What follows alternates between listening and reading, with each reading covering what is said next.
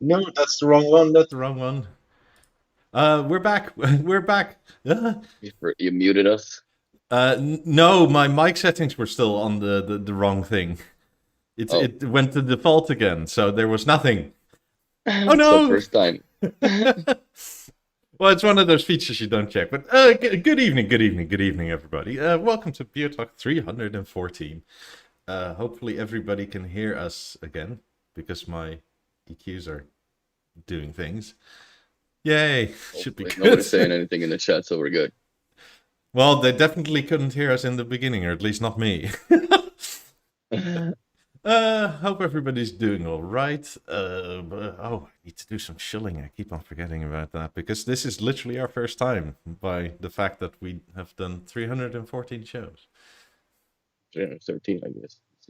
First one again.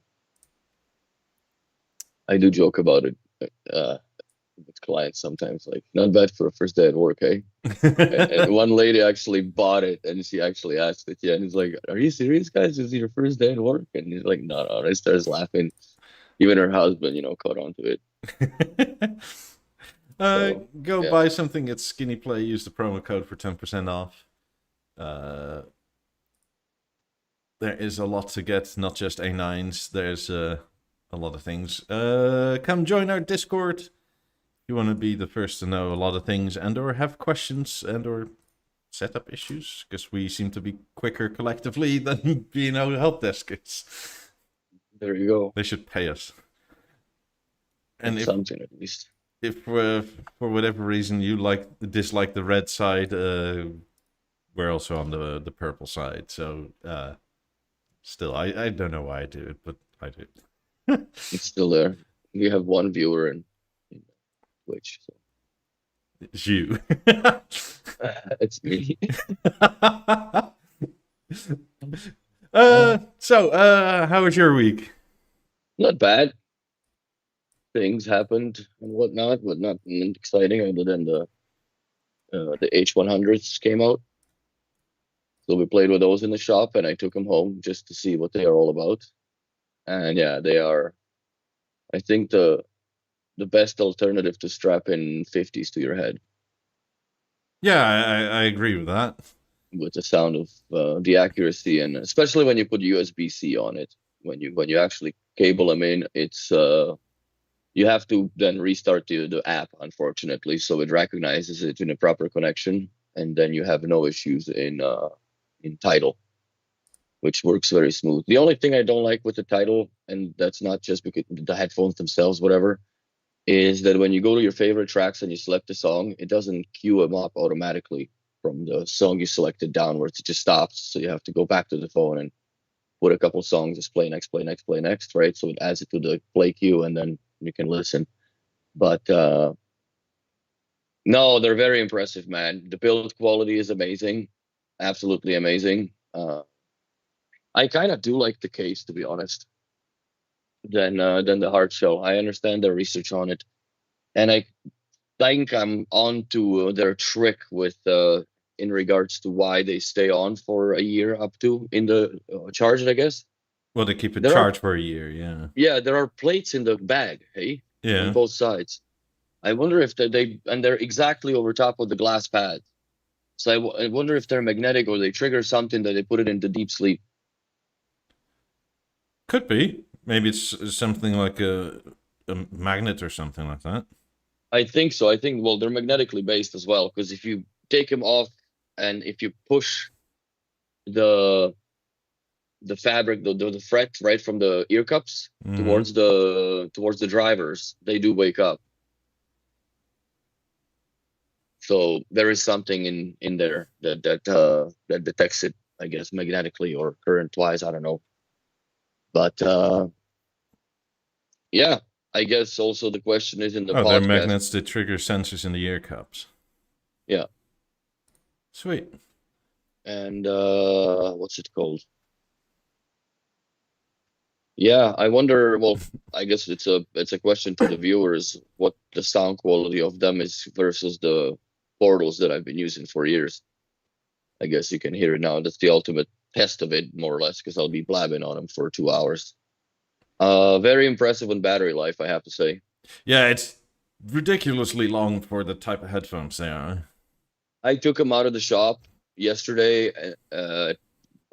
Before 5 o'clock, I showed up and grabbed them. They were 97%, and currently I'm at 91% as far as the battery charge is concerned. Here, I have the screen opened, so we can just share that, and we can just go through some things on it. Because there is quite a bit of things to talk about when it comes to these headphones. They're much more advanced than anything I've ever seen from B&O. So also, when you have them in USB-C, they actually charge back. So it depends on how dead your phone is. You might consider or have your phone on a Qi charger while this is plugged in USB-C on it. So you don't. Well, it's not that you're gonna kill your phone, but if the battery on the headphones is, let's say, like 20%, and you charge them back, I wonder how much it drains out of the battery in the phone. And it depends on which phone you have and so on and so forth. So anyways, this is the gray battery indicator. It's there, which is cool. And then you have your noise cancellation versus transparency mode. That is when you put it to transparency mode, it's almost weird that you hear your voice clearer than you would normally hear through your ears. Yeah, that's what the mics do. It's kind of interesting. It's very interesting. Like, it's much cleaner. Because I'm in a Bluetooth call, as you can see here, all my spatial controls are turned off because you're in a call. Let's go through the controls, I guess. So the left and right side, you can individualize the controls, which is cool. And they're also grouped now to, the touch disk, the dial, and the button, which is cool. So you can definitely make them very much your own. As far as I see a big use case for it, especially in the office. Like if you do any design work or drafting, that you can just sit there and doodle on the computer and put these on, bro. Like you're listening to a set of 50s, 90s basically all day long. Yeah, very comfortably. I would say they're quite a fair step up from H95s. The H95s are in no way bad, right? But they're a bit more clinical, and they don't have as controlled a bass. These also go a fair bit louder. It is one of those things, though, where like better audio doesn't scale with price necessarily. Because, but there's also like, from looking through it, there's so many controls you have that it's so hard to remember. Like there's so many features that they have, right? Yeah. That like the use is not just complex, but it's see, like when you cover that, it goes to quick listen so you can hear it. It just turns on the transparency mode momentarily. It is pretty cool. But yeah, they are, and ditto for the right side. You can just modify everything that you want to modify. And there are some non-modifiable, actually, I've seen on a button. See, non-customizable, single press when off. It's power on, power off, of course, right? And Bluetooth pairing, 5 seconds long press, and factory reset, 10 seconds long press on both sides. So, yeah, they are very, very, very interesting. And, there's your automatic standby.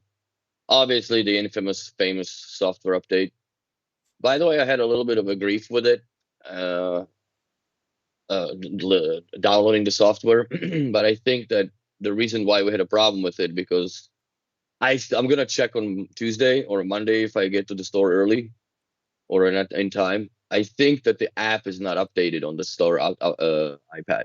Because with my phone, it just it connected, and then it took a bit. Like I think it took like 15-20 minutes to download the software, which doesn't make any difference because you could still listen to them, except all these features like the controls and such were all grayed out, and it said automatic update software. And then there was just a dial here, right? And it went to all the way to, I think, like 90%. Then it was a dot, and then though that 10% was basically the reboot and ready to go. And after that, like the sound was awesome. It definitely, like, whatever the tune was and stuff that was in the software was insane. I must have That been the only one for once where the software update just worked.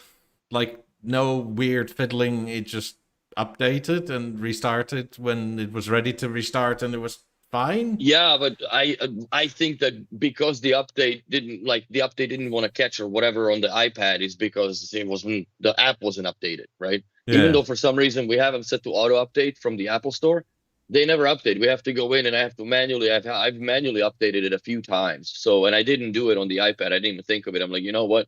I'm gonna try and see, if I'm gonna suffer with the headphones on the only thing I found awkward was the 5-second press to Bluetooth, right? Because it doesn't say anywhere on the box that you need to do that if Yeah. you want to do it the second time, right? Unless the software updates, then like all these controls and stuff that like there's nowhere to go to tell you that you need to hold that bloody thing for 5 seconds, because all the headphones that we've grown up with had a slider switch, right? To Yeah. on or slide up for the Bluetooth pairing. So that's the only thing that or portals had that, the other side was for Bluetooth or just the wireless USB-C connection that the proprietary Dolby whatever the fuck.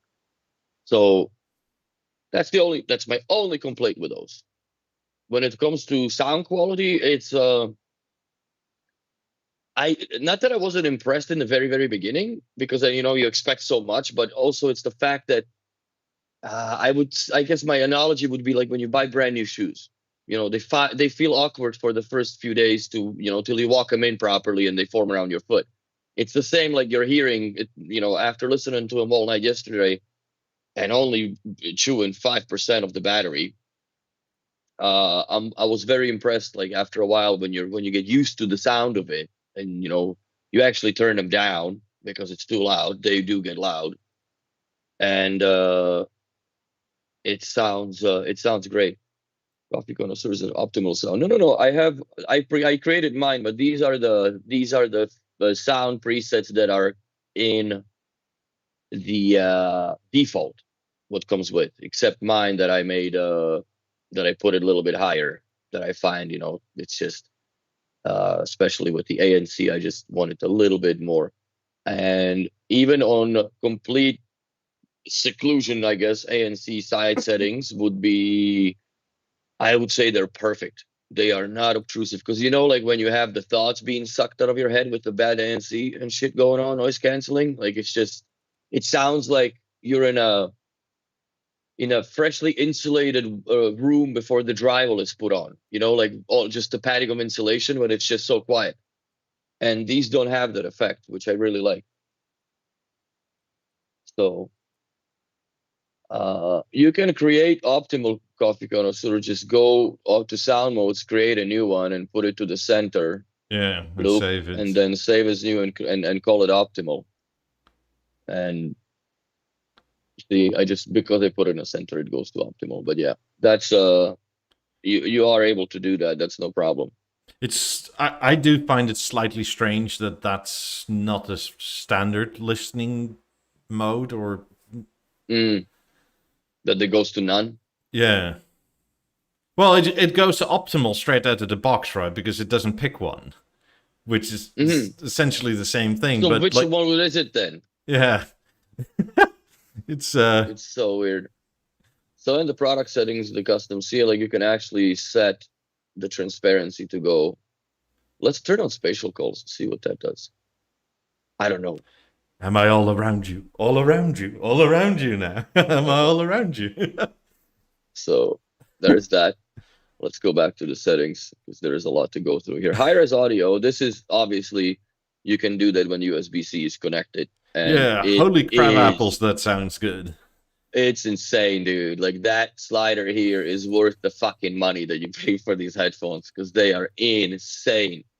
And especially with the title. And I think the title works very well in the app. It's almost sad that the Deezer abandonment writing on is very clear on the wall now. I think we're gonna. I think that the Deezer is. I don't think they're gonna abandon it. If so, sucks. If not, it's probably gonna just become a secondary service, streaming service to the platform. obviously software update, product color. There are a few. The sunset apricot is really interesting because I actually posted a picture on the Discord. It's very close to the BeoSound 2 Atelier Edition. The honey glaze, whatever the heck it is. And then these are cool, but I already have a set of gray headphones. I would go with the classics, 100%. And maybe later I would order this part, the magnet head strap, and put them on the black, so then it kind of matches the aluminum and just spice them up a little bit. But Yeah, that's you literally took the thought out of my head. I was that's going to do that's the what I same would thing do. because I just have them so they don't like keep. Because as Yeah, soon as you pick them up, they go to your phone, right? So this is that's why I'm right. still having on here because they'll just stay off this way for the show. That's funny. But this headband comes off really easily. Yeah, Well, yeah. it doesn't come off when you put it on, but like to just replace it because I think this is the biggest wear item in just about all of the previous. 100%, 100%. No matter how clean your hair is and whatever, it is never gonna, like, you're always gonna get this worn out. Also depends on your hair. If you have a short hair, then I guess it chafes the fabric quicker through. I don't know. Hair's a son of a bitch, man. Or if you have a lot of hair gel in, like Eric. Oh yeah, yeah. Then totally just cuts right through the fabric. But I really like them. I am really impressed by the sound quality, which that's basically what the headphones are for. I almost think that they should just focus on these and leave everything else behind as far as the headphones are concerned. If you're new here, leave a like and subscribe if you haven't yet already. Yeah, yeah, do that. Do that. Put a thumb up on the thing. So, and the very interesting is that you actually have a reboot button for the headphones. They are much more of a computer now than ever before. Yes. It's Harry Mark is asking, have I tried them with movies? No, I have not. I'm going to try them tonight because I know that I can connect to the TV with Bluetooth, and I don't know if the Dolby Atmos for the headphones like that works in there because mine is a G2 panel, so it's not a G4. There's a lot more newer shit in the newer panel, of course. But I listen to the Dolby Atmos music on the title on it through the USB-C, and it sounds insane. I'm trying to understand because I haven't done the Bee Academy thing. I haven't had time. mhm. Uh, but I'm still trying to understand what that movement tracking is because it just basically keeps the imaging in the center, and then when you turn, it just plays there. Like it almost feels like yes, like the music is in front of you, but I don't understand the concept Because behind if it. you're What? looking at a screen, it's for spatial audio. Where am I? Like, if you go like this, right, it should come from here because it sort of does the screen Fair, thing. fair. But Okay. the thing is, so if you turn your head and keep it there for a few minutes, the new center is there. So Oh yeah, I didn't go it's that far. kind of adaptive. So if you like sit like this for a few minutes, the new center appears. And so So if you what do does like it have? Compasses, compassi, compi? What does it have in there to it's like just a little navigate? gyro, I think, and it sort of stabilizes once it's set in the same position for because it doesn't know where your head directly straight on is, right? Because like if you do like this, there's nothing that says in the headphones necessarily this isn't straight. Hmm. I mean, it would be weird, right? If you have like this neck issue and you look like this and you always have like wonky sound. Yeah, but the Dolby thing is sick, man. I gotta say, the Dolby thing is really cool. I uh I haven't. I'm gonna maybe I'll load up some. I'll open my Steam and I'll load up some games and I'll play a little bit to see if I can get. Well, it's not gonna be Dolby Surround or Dolby No, Atmos, the but it'll be Dolby interesting Atmos to in see. these is specifically for a sound, be that Yeah. through your Apple Music or your Tidal Hi-Fi, through the B&O app or otherwise. I I am not sure how it works with regular Bluetooth sources. It may be slightly different with an Apple TV Mm. because does it on its own, right? And you can connect AirPods or what are they called? The big Apple cans to them with Atmos. AirPod Max, I guess. Yeah. Yeah, I don't know. I've listened to them in the shop, but that's about it. Like in Apple Store, but I wasn't really that impressed with it. I don't hate them. I just don't like how they look. Hmm. I mean, Apple is doing its walled garden thing, obviously, so there is some pros and cons to that. Yeah. In terms of big cans, like this is a problem outside, like especially if you're a heavy Apple user, right? Like where Hmm. seemingly 90% of B&O customers are Apple users. So for the people going on about aptX or adaptive HD, whatever the Bluetooth codec is called, I kind of see why they haven't included it, because like it's 8% of their customer base, something like Hmm. that. This is weird how long it takes to switch when these are connected to the app. How long it takes to connect to the theater, and it defaults like nothing. It's weird. And they go back into the shower. Shower is fine. We'll go back to the theater, and it takes a bit to load up. When the H100s are disconnected, it's fine. It works fine. Yeah, But I there's think still there's some quite a things. lot of data going back and forth, so your phone Hmm. is essentially doing something else. But the weird thing is that these are Bluetooth, and the TV is on the Wi-Fi on the network, right? So if I go back to the H100s, these are fine. Oh, cool! That was a cool animation. I mean, it might also be a scheduling thing between Bluetooth and Wi-Fi, right? See, it's a Bluetooth and call doesn't switch to the TV. So weird. Ross says, so high-res works with USB-C to USB-C cable direct from iPhone to headphones using Tidal. Yes. Yeah, it should. Yeah, it works. My Well, iPhone I is have the my Android, so my iPhone is so old I don't have the USB-C version yet. mm. But what is it? A few weeks? There should be a new phone release, and I'm finally gonna get a new phone.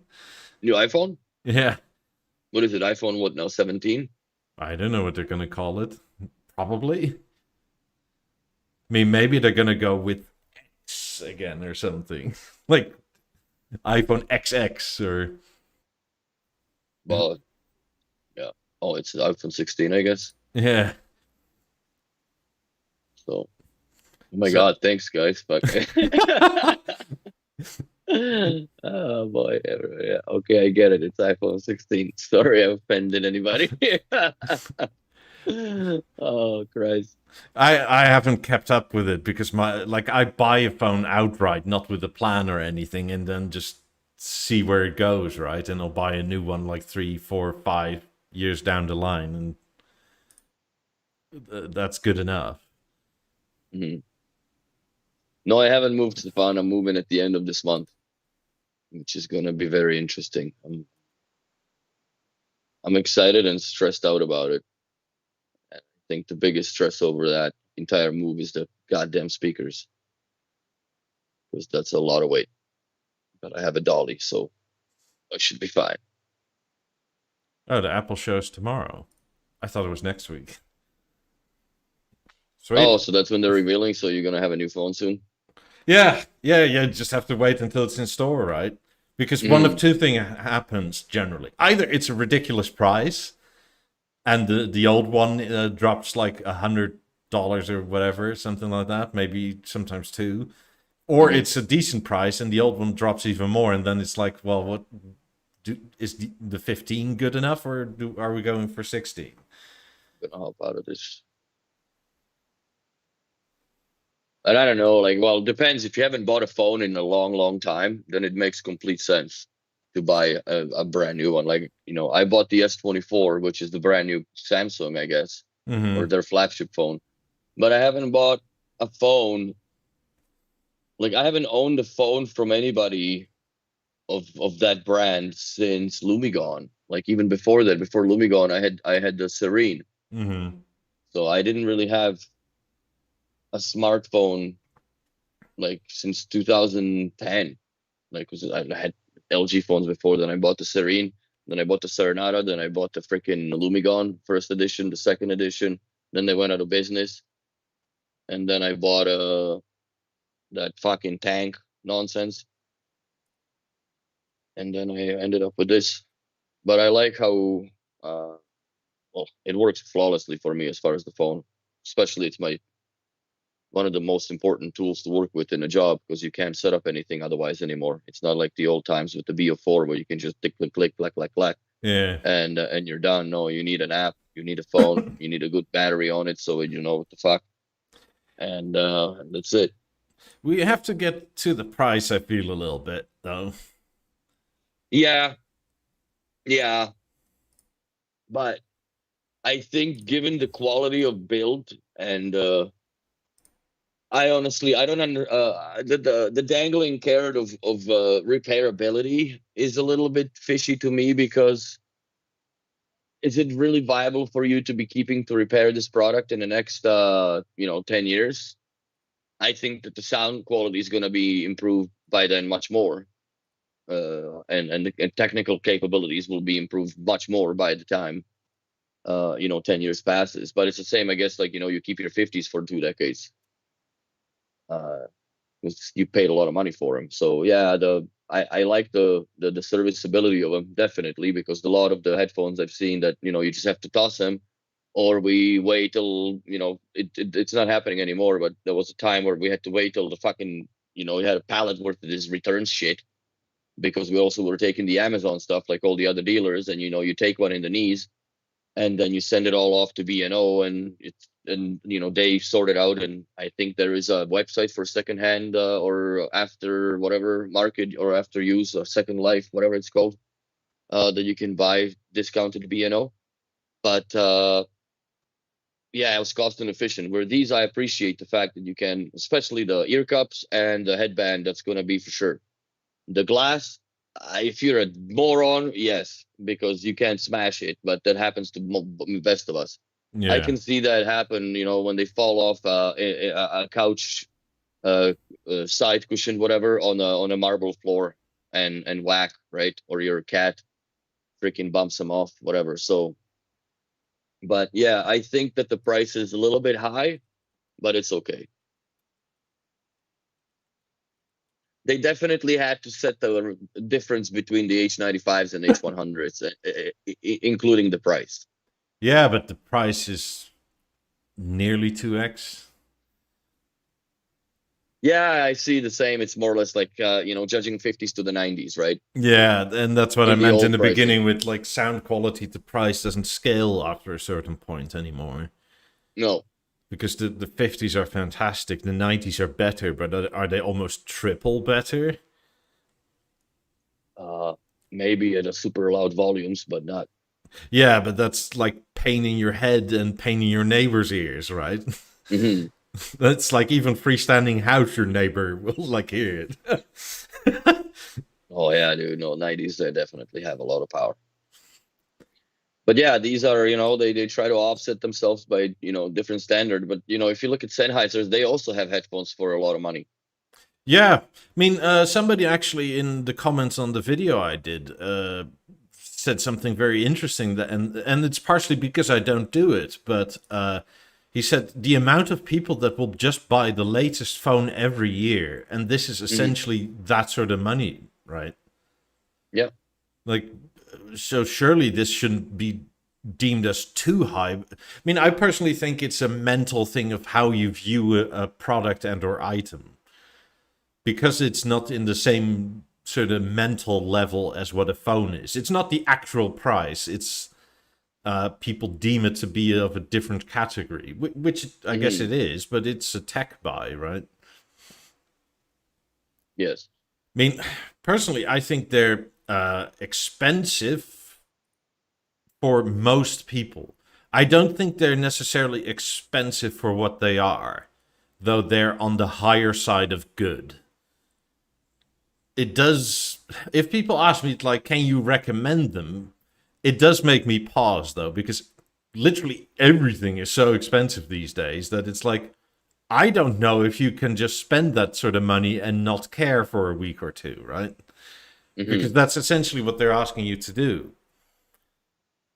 I mean, if you're in that sort of situation, congratulations, and then yeah, go. But like, if people ask me, can you recommend these? Like, I kind of need to know your income, but I'm not going to ask that online. See, for me, I find them. See, I'm not a headphone guy, right? Like, I Same. just, I'm not like, and it's not that I don't deem them valuable. I just don't. I'd rather, and I guess it sounds snobbish, but I'd rather listen to my '90s, right? But I already paid that price for having that sound in my entire home. But if I were to work in the office somewhere doing, behind a computer work where you don't have to be on the calls a lot, you have Mm-hmm. to take them off all the time, I would kill for these. Especially like the olden days when I worked in the architectural firm, when you'd work on these fucking ordained, basically a rainstorm and sewage drain elevations for each pipe. Then you go on off an Excel spreadsheet and you put them into the AutoCAD's drawings so you can print them out for the job. And it takes like 6 to 8 hours to do all these calculation inputs in there. I've always had, well, at the time we're A8s, but I would love to have something like this to do this brainless work and just have music going and playing and listening to shit. So yeah, this this definitely makes sense purchase wise, but it's something that would you leave it in the office?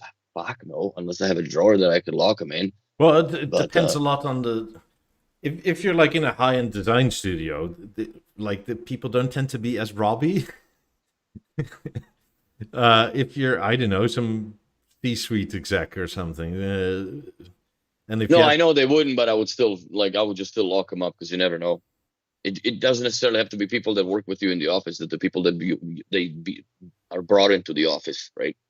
yeah, but you have cameras at that point. Yeah, I guess I'm too old school because we didn't have any of that shit back then. I mean, Office work you is have different now. ubiquity, Yeah. right? You're in the correct wireless environment with ubiquity. But I mean, yeah, I guess the only concern would be with these that, if I do take them out, like, man, if they get wet, it feels bad, right? Because I don't know what the rating of them is, but even though it's still like, I wouldn't want to have them effed up. I bet you they're IP65 at least, but I'll look it up. Yeah, but Uh, doing $1,500 experiment is not like something that I would definitely condone. no, but Plus, just essentially that means range IP53. does nothing to it other than Hmm. it's slightly wet, right? But if it dries out, okay. Hmm. The fact that you're discussing the price for this so long and it says enough how I feel. But Well, it's it needs to be discussed because what are we actually paying? We're paying for a lot of tech in this thing, that's for sure. And essentially, it's the first headphones that are made in Denmark, complete no, so there's still or Czech. Chinese bits, Oh yeah. according to the box anyway. Mm, But it's been much more their design than an off the shelf product. cobbled together, Yeah, yeah. and it's to the point where like so within B&O you can see what people like, right? Hmm. Because people will work on things and take direction and will do their absolute best to make something, and then they'll go either like if it was my money I would or wouldn't buy it. But it also depends because they may have an average salary, right? Like, so if Yes. you could, I don't know, make the wiring loom on 90s, and even if you get a discount, like it's, am I really gonna pay like a year's salary on this thing that I make the wiring for? Hmm. But everybody in the office wants the H100s. From what I've been told, there was like a high uptake for H95s, but that was more like 75-ish%. Hmm. But now it's close to 100, right, for the H100s. Yeah. So design and development entirely in-house, unlike the previous models. Yeah, I knew that there was something special about them in that regard. I mean, in terms of sound, like holy hell, the soundstage is wide. Yeah. No, they Like, sound insane. They definitely sound insane, I mean, especially in the spatial audio. I have the feeling it's also partially the glass, because they kind of sound like open backs. They sound like they're sort of here. Like, they sound much further away from your ears than they actually are. And Or could it be the DSP? probably, but I'm not sure. I think it's material choices partially. I've heard Sennheiser, was it HD 900s a long time ago? And those are open back, one of their better ones, which were their top brand, like, or top of the line, like, was it 8 years ago now? And those sounded amazing, but partially because they were so spacious, right? Like everything, but also when it's open back, like everybody else can hear what you're listening to. Yeah, it's not a commuting headphones. Yeah, and if I play anything at any moderate volumes with these and ANC on, I'm literally deaf to the world. Yeah, it's the ANC is outstanding, and it doesn't affect the sound quality at all, which is great. But there's a lot of microphones around here to make sure. Yeah, Stefan, they would work with gaming consoles, but I don't think they would work on the level that the Portals used to work, where you could actually have because you have the Dolby Atmos license in the headphones, right? So you can actually utilize that spatial audio differently. But I don't know if that will be actually communicated through the Bluetooth from the video game. Yeah, because I don't know. I don't have a PlayStation and of any kind, so I couldn't test it.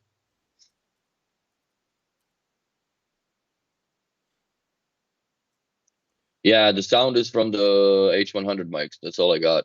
Yeah, I never really gotten into one of those boom microphones, so and I guess Bluetooth. it's Bluetooth in. Yeah, this is, as you see them here, that's exactly how I'm listening to Mikey and how he hears me. It's through these headphones, microphones, and Yeah, we had a call on the phone yesterday, and I thought you were literally on your phone.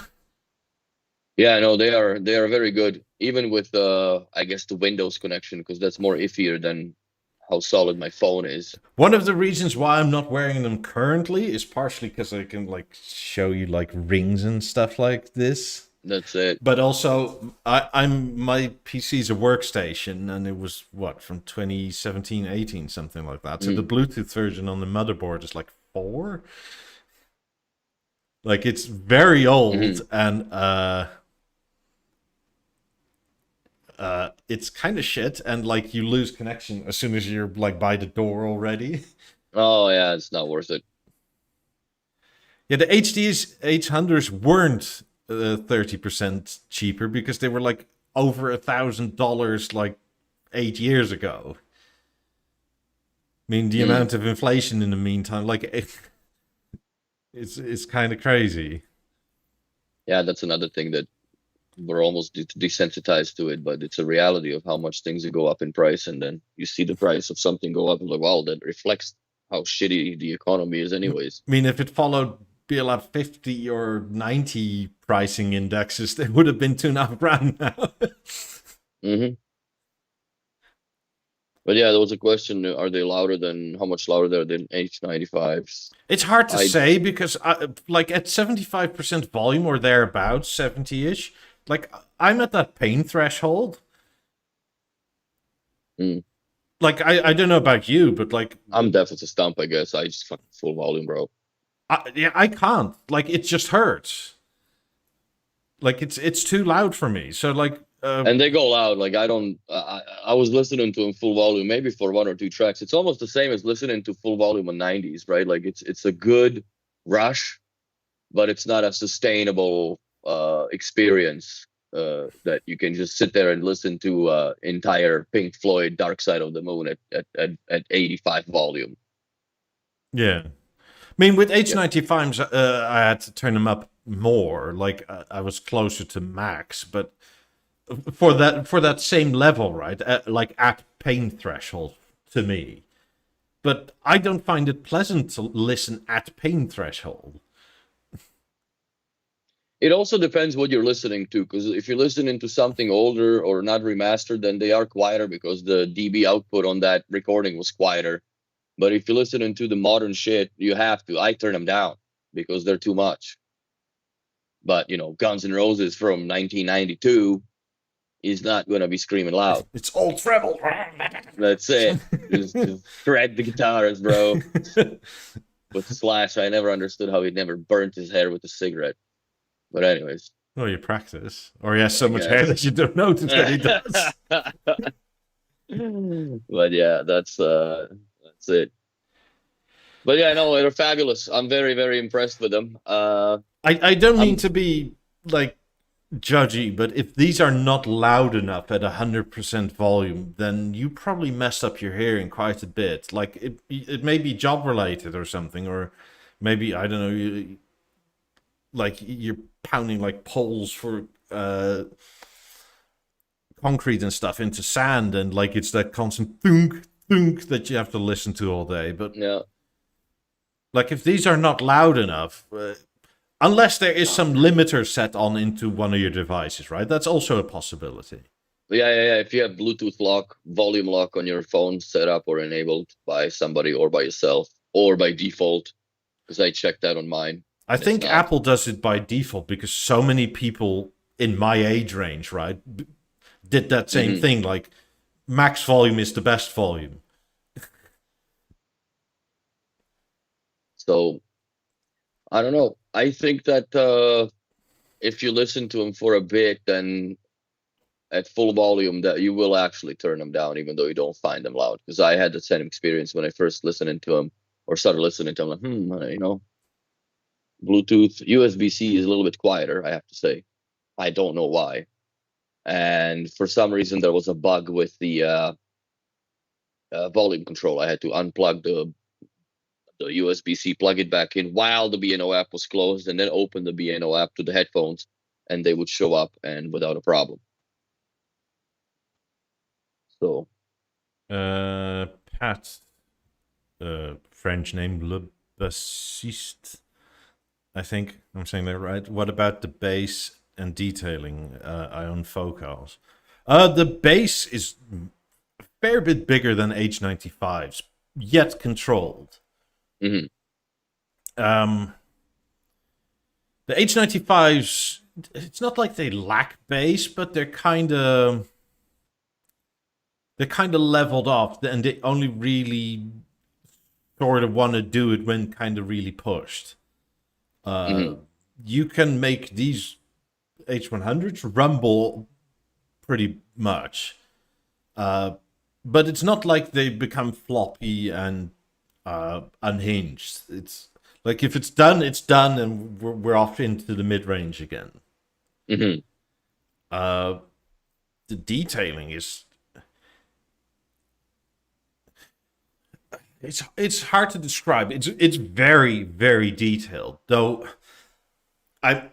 In terms like because certain things go hand in hand, right? Like I have the sort of mid-range is very detailed, but it seems further than the very high end. So you almost have a soundstage that sort of goes like this, where the mid-range is like sort of the furthest away from you. The bass is close and the high is close, but that might be my ears and my sensation. But it's more a distance thing than no detail, if you will. I like them in just without any sauce, but I also like them in the spatial audio. That actually sounds very much like the speakers do, but they're very transparent. Like I said, 50s or 90s. Like it's definitely I like them. I don't know how to describe it other than that they sound fantastic. That's period. And really, it depends on what you listen to. I don't know. Hold on. It doesn't really matter what you listen to. They'll sound great regardless of what you play through them. I just, You can hear shitty recordings though on them. Yeah, but I've in surround. I mean, the Atmos mode. It's a man when they shine the most when you cable them. It's funny and ironic, I guess, because wireless headphones need a cable. But if you cable them in, bro, for that extra crazy listening, it's awesome.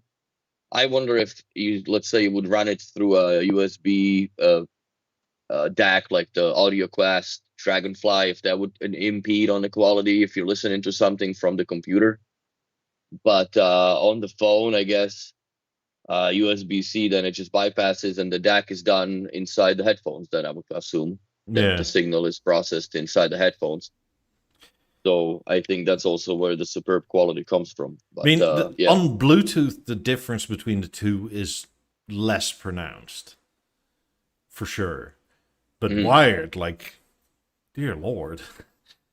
No, wired. It's the same as having 50s tuned and not tuned. Yeah. I mean, partially where I think the price sort of helps it, right? Like, I'm not the one for really thinking like, oh, I'll just go out today with these on my head with this price. They're yes, they can do that, but they're almost more meant for like in your one person chair at home with your local source with high res stuff and just Passing out wire on the them. Eames chair. Yeah, that idea. Yeah.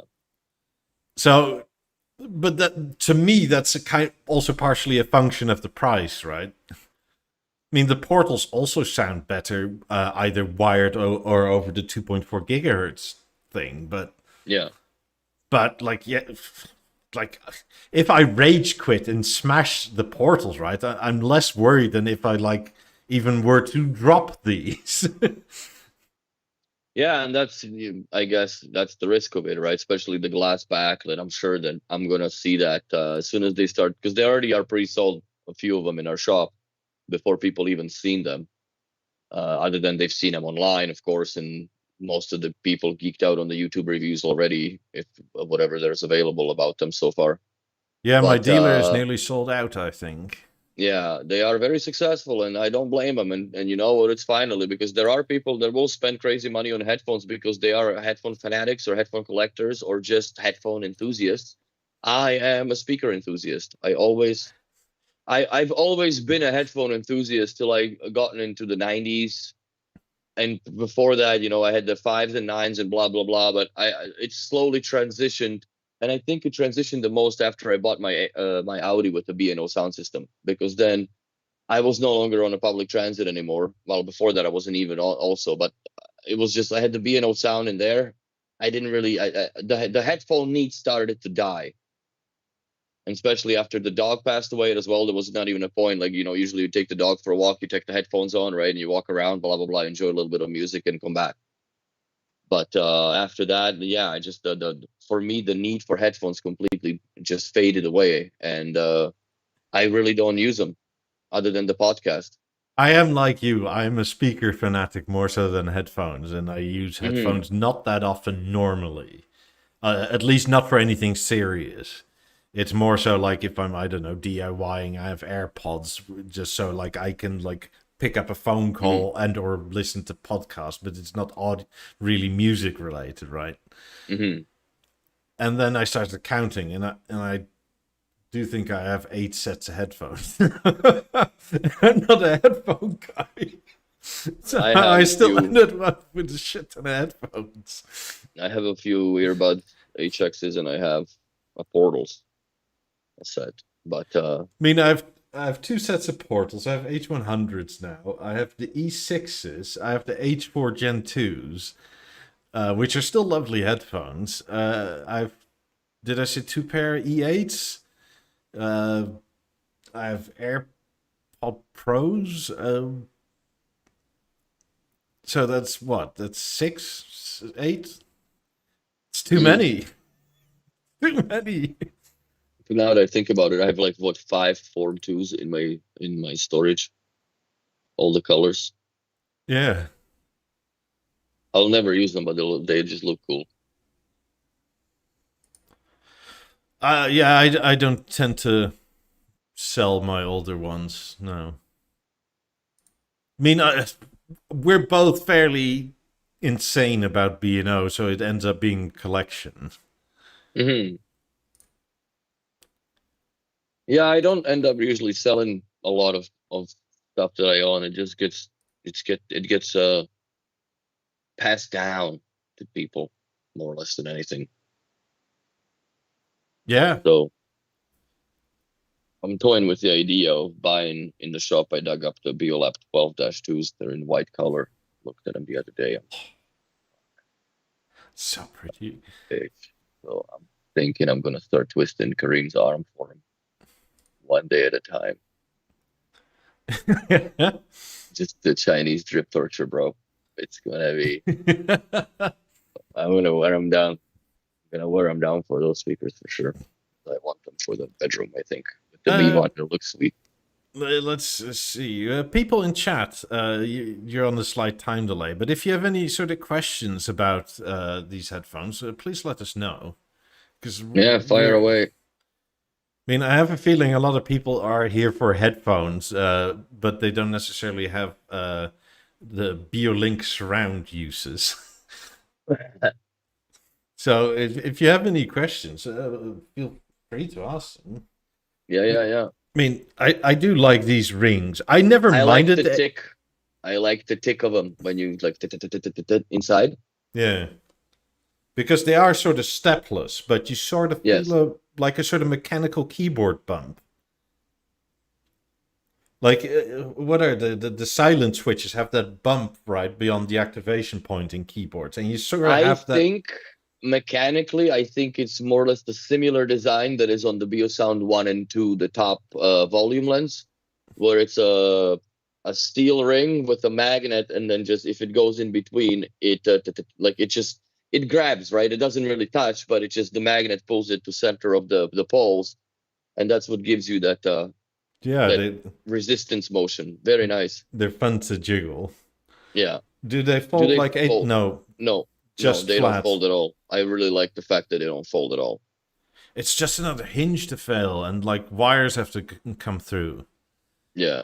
No, this is a perfect design for what it needs to be.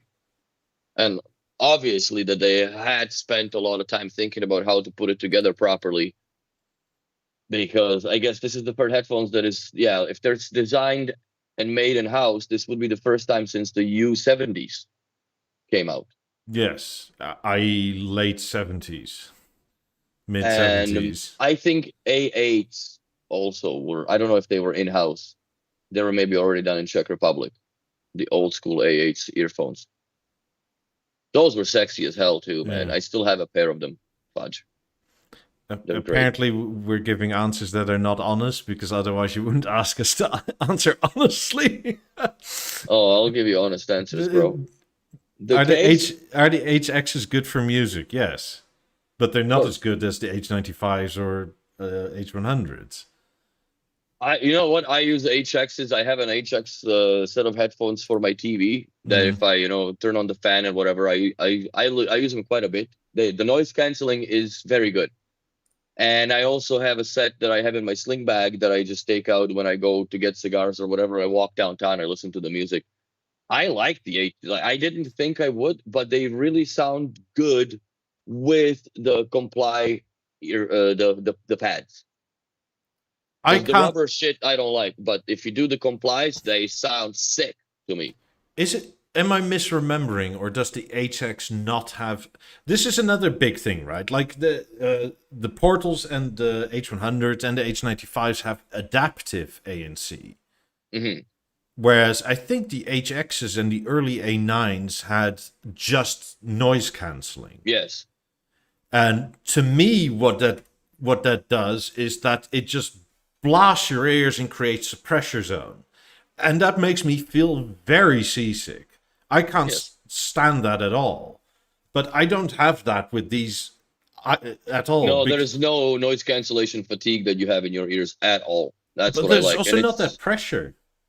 No, like no fatigue whatsoever. Yeah. It's perfect. I mean, I have those, like I was saying, those Apple AirPods, right? And they do that way. And when set up, the noise cancelling turned on, and it was like, I just ripped them out of my ears because I was like literally feeling like I was becoming like unstable, and then go, oh, I feel off, I feel sick. And it fucked up the setup a bit, but like after that, it's like, oh, I can't deal with that. But it's H8s for me. I remember the H8s because I got a pair of them actually with my name engraved in 2016 in Denmark. I liked them, but they were the noise cancelling was insane. how much fatigue it gave. Like, because there was a microphone directly in front of the speaker. Mm. So if you were to push on the drivers a bit, they get all messed up. Like it just starts, and I didn't like it. And in the airplane, they didn't work well for me at all. Mostly, I guess, because it's a on-ear design versus ear cup. Yeah. So the cartilage gets squeezed on your ear for a while, and it becomes uncomfortable. Paul asks, how does the replacement component work? Do I just get told to go to my dealer, or I don't have one nearby? How would a repair occur? It depends on what you have to repair, right? Like repair of the headband, like just take it off. Yeah, that's magnetic, and also are the ear cups, which are the most variable parts. Yeah. The battery, I think it's the key, Allen key that you probably access it from the inside. I haven't looked into the service menu yet, but I think that logically that would unlock the lid, and that's where your battery access would be. But don't quote me on it. I'll get back to y'all later when I know how these come apart, because I haven't looked at that yet. You can send them to a dealer to get the glass replaced, because you do need a tool for that. Is it DIY-able? Of course, but they're probably not going to warranty the repair, right, if you mess it up. That's right. So there's that. So it depends a bit on what you need repaired. If it's the basics, they'll just send you the items because it's just click. Like, if you mess that up, then like you need to go play with like Lego again or something. Put square pegs into the square hole. Case, the question about the case, I like it. It fits exactly into my laptop compartment of my backpack, so it was perfect for transport. Definitely half the size of bulk of your H95 case, which doesn't have any give to it. And the headphones are not that squished. And like I said, I do like there is a little pouchy for your USB-C cables or whatever, which are supplied with a box when you get the headphones. And then, you can feel those magnets on both sides. So it doesn't matter. You do not have to be religious about, only put the headphones in the Beo logo out. It doesn't matter which way you put them in. And I think that's what puts them to the deep sleep. Hence, only time will tell if there's going to be if they'll last for a year. But if they're in a battery protection mode, I think that you should be fine after a year. And you turn them on, and if you have 80%, I think. Is your zipper pouch rough? Because Paul says it looks like it will scratch them.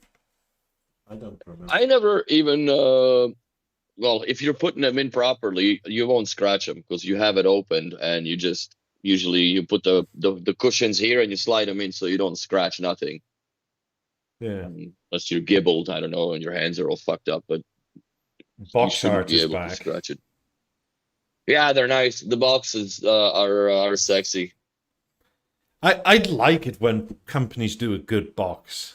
It's this is very B&O-ish. Like the black and the white, I like it. Yeah, but they had a period where everything had to be cardboard and recycled and stuff, right? And it's kind of sort of like even the colors were faded and like the newer A9s and stuff like that, or non-existent. and I kind of like this because this makes me want to keep boxes. Yeah, there's not many of our clients that keep their boxes. I always keep my boxes because I still believe, and it does increase the value on the resale when you have the original box with it. Especially for speakers, in my opinion. And I think people do like it. I mean, by the way, buy the same thing. If you're gonna scratch it when it opens this much, it's kind of like it's on you. Yeah. I still. I need another. It smells delicious. Oh, it does. It smells like. I still don't know if I think this is an upgrade from the hard case. I can sort of see it going both ways. Like the hard case of the H95s is kind of a nice feature, but it's also not as easy to take with you. Yes. But it does offer more protection. So it's kind of one for the other. I think the hard case, that was crazy how quick the ANC kicked in. And now I can't hear the coffee maker. I hope you guys can't either, but I don't think so. The zipper Anyways, teeth, by the way, are actually not that sharp. no. I wonder what brand is the zipper, because I can't see any YKK logo on it.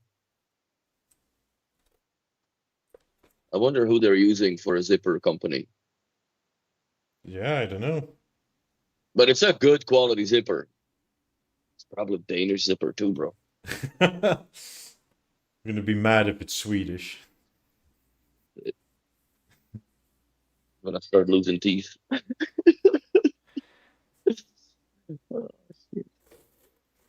I don't know. I actually have a feeling, like, in terms of production, right? Like, this could be equally as expensive to make as the hard case. It's just a different form of presentation. I think that the goofy tech that goes in it to sew in those little placemats, like obviously that's got some expense to it. Yeah. But it's proper leather. It is proper leather. It's very nicely done, and it's hard case. Like, it's a hard leather too, so they will stand the test of time. And like, they've done something right if they're confident enough that they can provide you 5-year warranty on the bloody headphones. Yeah. Did you try that NFC thingy? No. Like, it's an NFC thing in there. Yeah, but I have my NFC disabled. By the on my way, phone, so I wouldn't know. This is one thing that I learned after the fact that I think is slightly weird. You have to sign up to the email list to get the 5-year warranty. Otherwise, it's 3. Yes. And you cannot unsubscribe yourself from that for the time period of the warranty.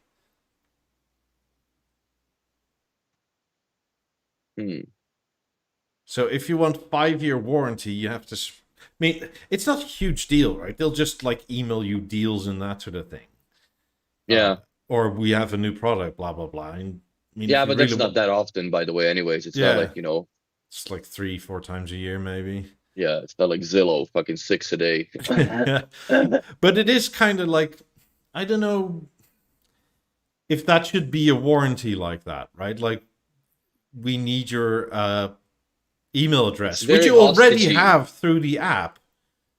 You got all my fucking info. You have my birthday too, or date of birth. You have my address, because I was dumb enough to put that in there. Plus, if you want to join beta program, yeah, you have all my info and all the product too.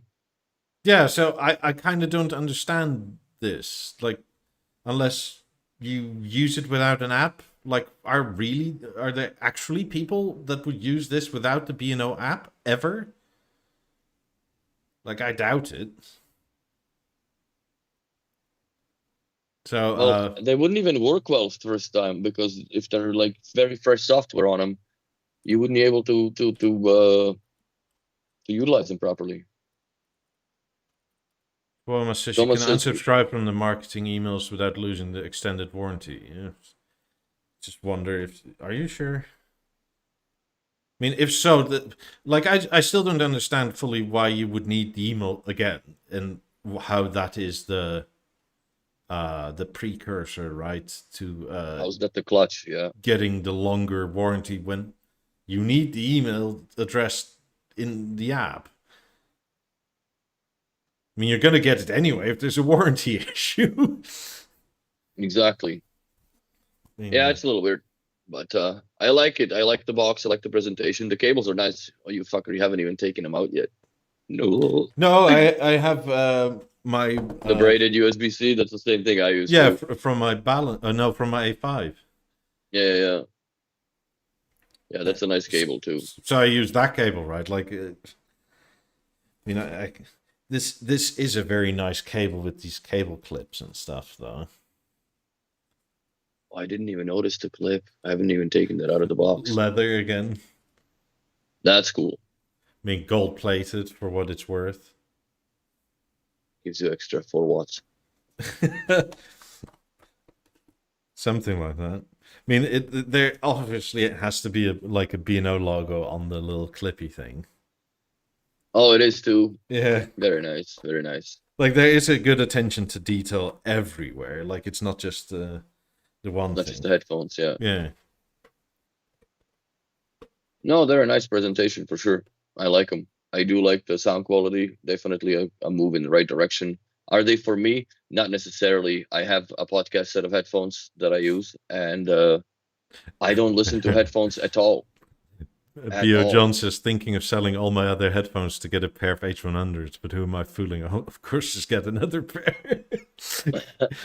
I think he counted recently and he ended up at like 22 or 23 pairs of headphones, and it's only B&O. Yeah, so for me, I'm not gonna keep them. I still debate about getting them or not, but maybe even later. Right now it's not a priority. Right now my priority is to get enough cash together to move the movers and get booked and all this shit to get my stuff out of here and set up the 90s in my new apartment, and then I'll worry about the headphones. I mean, I'm happy with mine,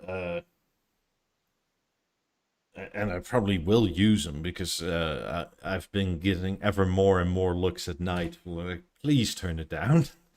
Mm. So they're a godsend in that way. Mm-hmm. They're pretty close, hey, to the apricot atelier, or the honey, whatever it's called. Yeah, I would say No, that's the orange.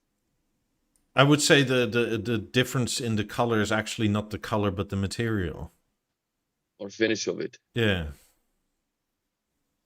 That's a sandblasted versus machined.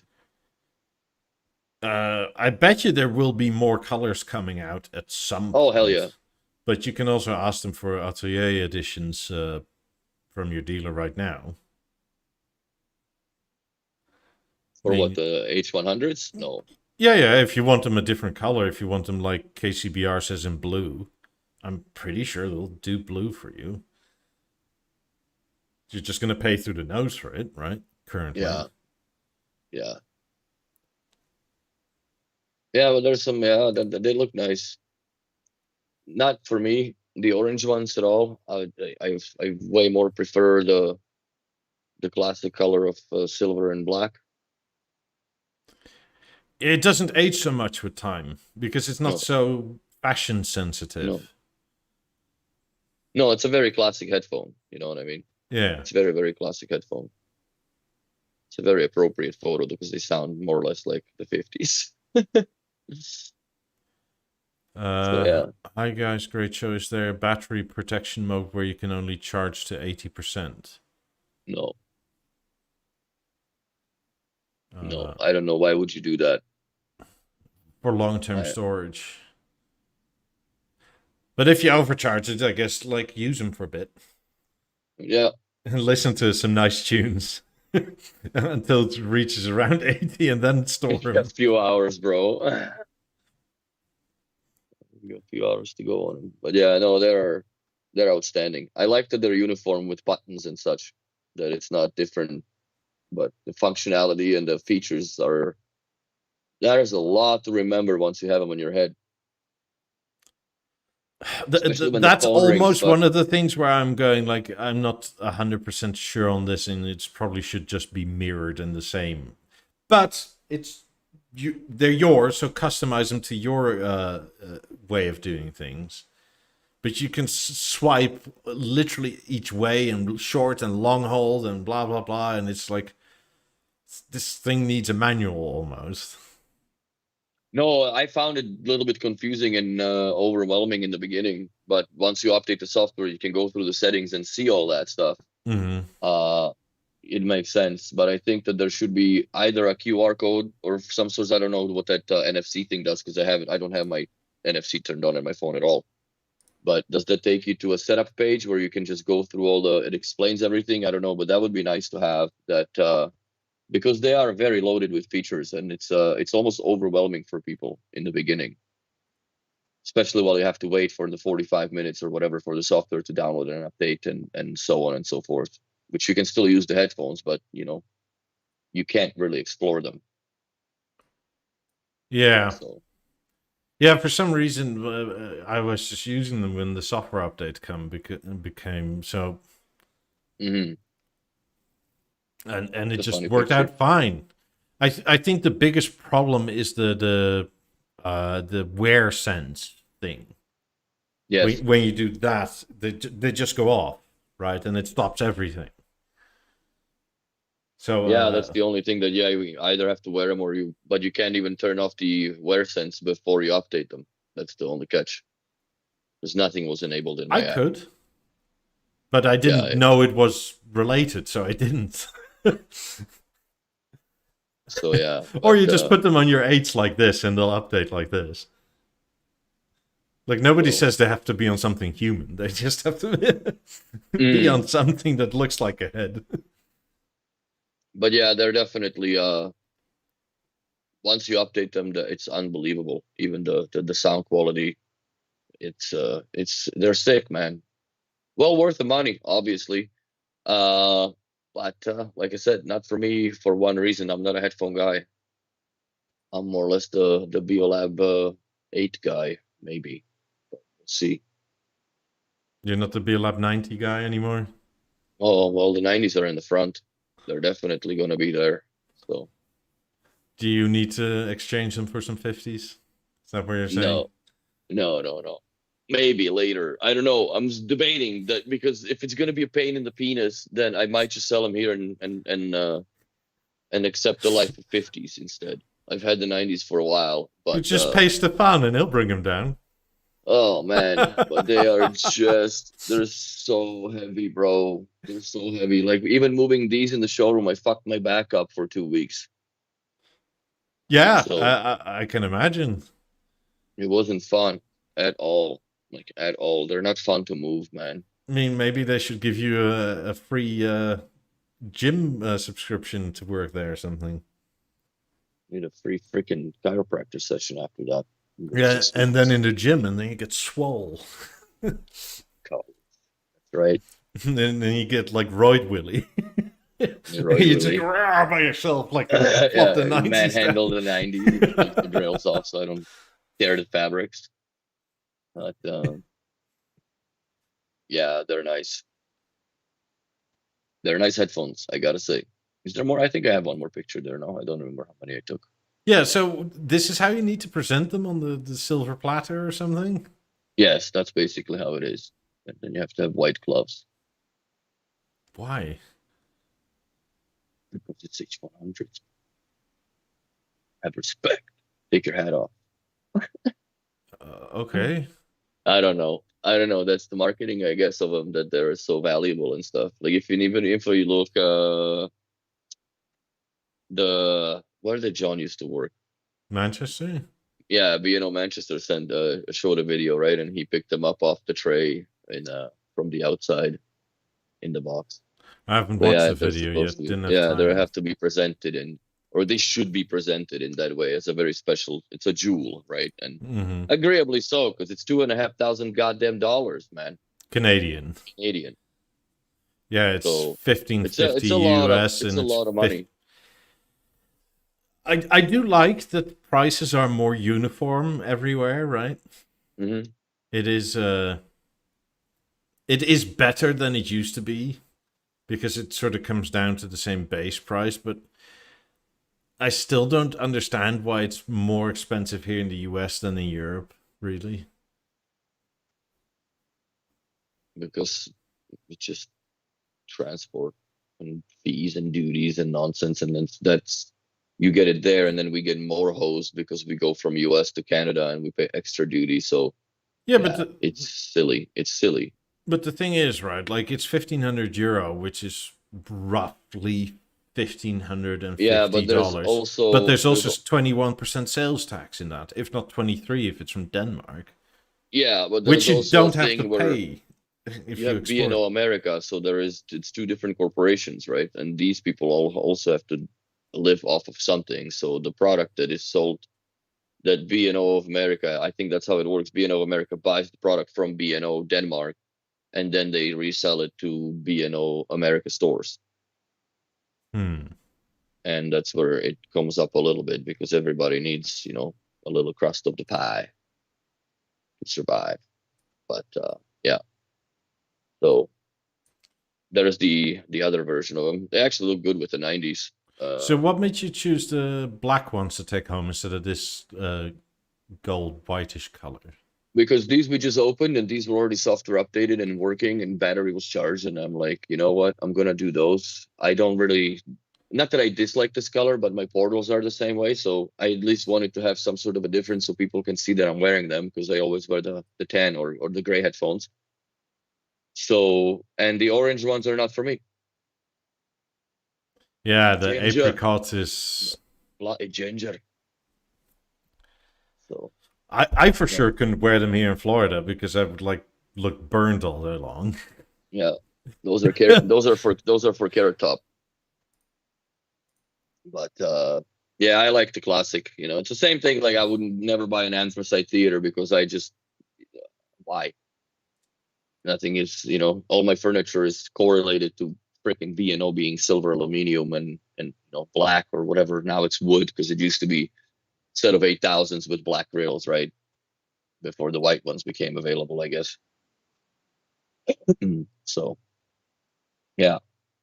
But let's talk about the other elephant in the room, I guess, or in the Cydia room that got released and announced more or less. And I guess the functioning version of it is 45 days away, if I'm not mistaken. Less now.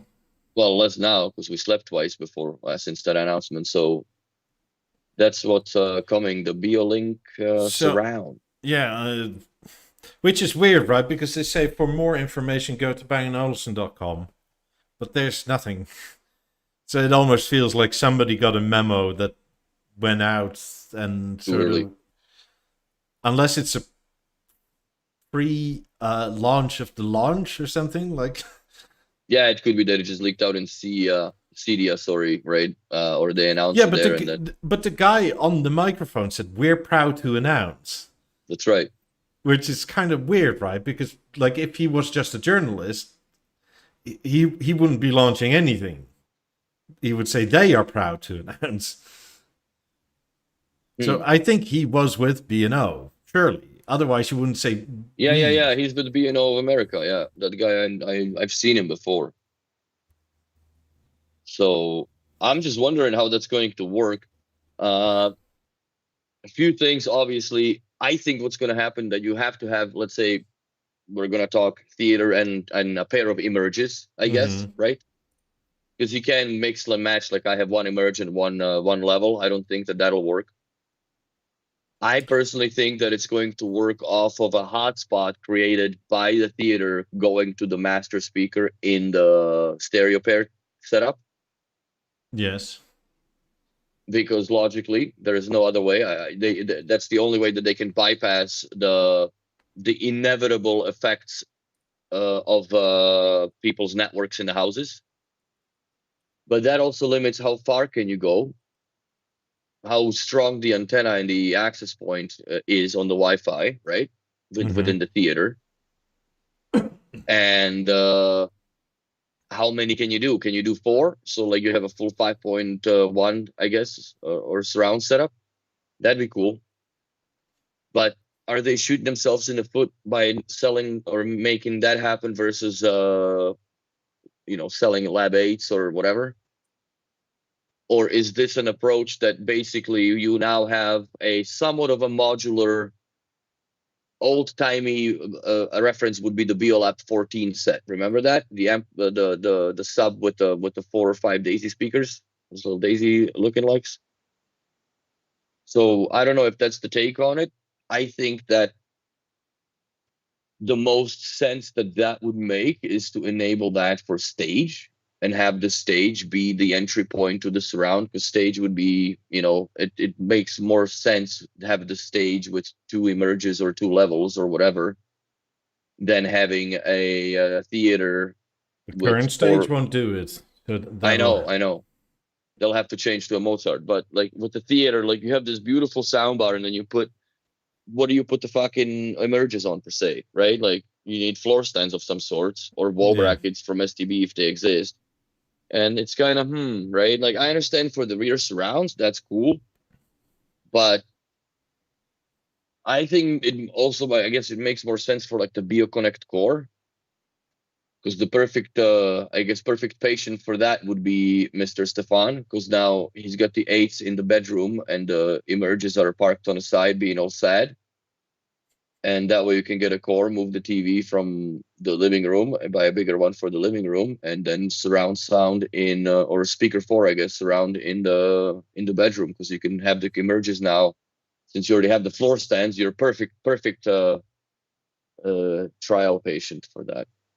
I may actually go back to the BeoConnect core in the bedroom if that is going to become a thing, because I've had I went back to the stage in the bedroom, right? Because mostly the 18s were in a test setup and with cabling and stuff and not being there permanent. They were always in the way of the door. So every time you went through the door, you kind of had to go sideways. And at night, we both have run into them to the point where you knock like the edge piece of wood off and stuff like that. That's it. Yeah. But I've had so many times now where in the last week or so where my remote just did fuck all. The BNO remote? Yeah. It'll turn on the TV and it'll go to LG channels, which I didn't select. The speaker will be on but won't play anything, and you cannot control anything. Oh, did LG fuck up the... It happens every 2 days or so. That's interesting, because like I don't want to sound like the freaking support line, but I haven't heard of this problem yet. Yeah. So yesterday I just decided, well, I guess I'll reset that remote, like full on factory reset. Maybe that's it. But like the buttons worked and the sources would populate and that sort of thing. That's not it. Just if you clicked anything, it would just go to LG channels. And the thing, the stage would turn on, but wouldn't play anything. Then if you started fucking with the LG remote, it works. Panels. Yeah, I had seen that with the LG panels where it freezes up. The stage has all the lights on, like it's playing, but there's no sound coming through. But have you rebooted the TV, or you have to reboot the TV? Yeah. No, I haven't. You don't have to fix it, but I have. Because it's always, I go out for a fag, right? And as soon as you light it and like 2 puffs in, it's like, honey, the TV doesn't work. And it's like, oh, God damn it. I just sat down. Sergey says my BCC has digital power link up to 4 speakers. It seems to be a broader functionality to the theater only. You only have 1 power link output for left and right. If you daisy chain them, they're both going to be left and both right. Depends on how you position them or switch slide them. Depends on what speakers you use. I wonder if digital power link is somehow different. Where you can put more sound signals because it's digital on a single line. Yeah, but what does it go to then? Obviously not 18s or any other speaker than 50s or 90s. Yeah. And that's already has a DPL between themselves anyways. Yeah, but you can do balances and emerges and A5s, I guess. But you wouldn't do it off a hardwire. No, but you wouldn't need to, but you probably can. I don't think so.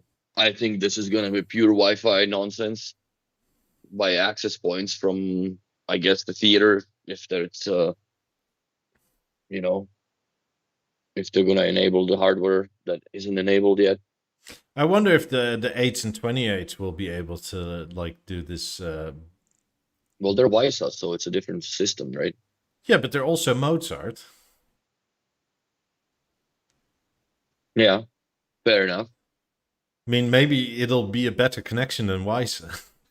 I don't know. Maybe that's where we're starting to witness the demise of the WISA protocol for BNO. Yeah. So wired is possible, but not the DPL that's in the 50s, 90s. Okay, cool. Sweet. Thanks, Thomas. So I thought something like that, because the protocol, whether wireless or wired, wouldn't change that much. It's just the medium it goes through. Yeah, but then you wire them into the switch of the theater, on the back of the theater, I guess? Yeah, or with the BeoConnect core, you have an extra out now. The same out that you were saying the other day does put out sound, but the wiring is the weird. COM port, yeah. Yeah, that's interesting. I mean, if so, and if they ever come out with these 8s, bloody hell, take my money. Yeah, dude, that's a tabaknak, man. I really like it. I really like it. The bespoke program is real. Now, is that in the Noto design office? We've Because been it looks keeping sick. on being told like this is third party somewhere in China or something like that. Bullshit. There is That's no what I way. said. This is Factory 5 somewhere or in Noto design, and my suspicion would be that they just, you know, playing with different grill finishes now. But that looks sick. I Because really like it. get me an anthracite with the plain aluminium cover, or this one even is nice, but Yeah. No, I would probably do the silver grill on the anthracite. That would be the only anthracite speaker that I would own. It would look sick. But yeah, we'll see if that'll ever be a reality because that is cool. yeah, shut up, take my money. Like I have See, no and now need. that I have no need for 8s, but like with metal like this, yes, please. see, but I'll. also that raises a question how cool it would look on the theater with those metal lamellas. That would be so expensive, bro, to machine all these things. That grill would be like 3 grand, easy, easy, easy Yeah, peasy, Japanese. Suck. yeah, but in the end, if people buy it, right? Like, if we're gonna I go would buy after it, the bro. very high net worth individuals anyway, well, like, what does the price matter? It doesn't. Yeah, Like at that point, it's the same. I guess what I always told my customers with the like integrating or the smart home, whatever, like with the BNO gateway and all that. I said there's only 2 limitations. First one is the imagination, and second one is your budget. yeah, Because you can imagine a whole bunch of shit that's yeah, you can pay for it, but some of it is unrealistic and some of it is just silly. But God, this man, I really like those the silver, the metal grills for the Lab 8s. That's sick. yeah. Get me this on that, and I'm a happy camper. And it's just the first anthracite I would buy. I would also have no use for it, but I'll find a way Mm. to use it somewhere. That's Even essentially. as a single, even as a single speaker, I would just put it in the kitchen somewhere, whatever.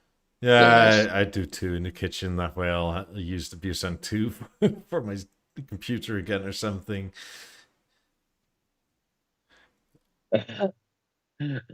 Harry, those 90s are sealed and they are coming out at the end. Well, beginning of the next month, I think, or at the end of September